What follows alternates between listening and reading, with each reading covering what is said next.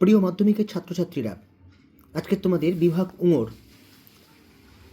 মাধ্যমিকে বিগত বছরে আসা প্রশ্ন নিয়ে আলোচনা করব।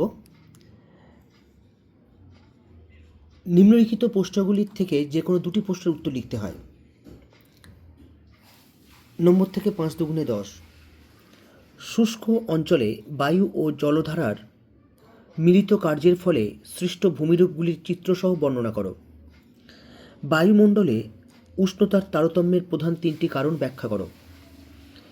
পৃথিবীব্যাপী সমুদ্র স্রোতের প্রভাবগুলি আলোচনা করো। বিশ্ব উষ্ণায়নের প্রভাবগুলি সংক্ষেপে আলোচনা করো। নিম্নলিখিত প্রশ্নগুলির থেকে যে কোনো দুটি প্রশ্নের উত্তর, এও 5 দুগুণে 10। ভারতের পূর্ব ও পশ্চিম উপকূলের সমভূমির প্রাকৃতিক বৈশিষ্ট্যের পার্থক্য আলোচনা করো।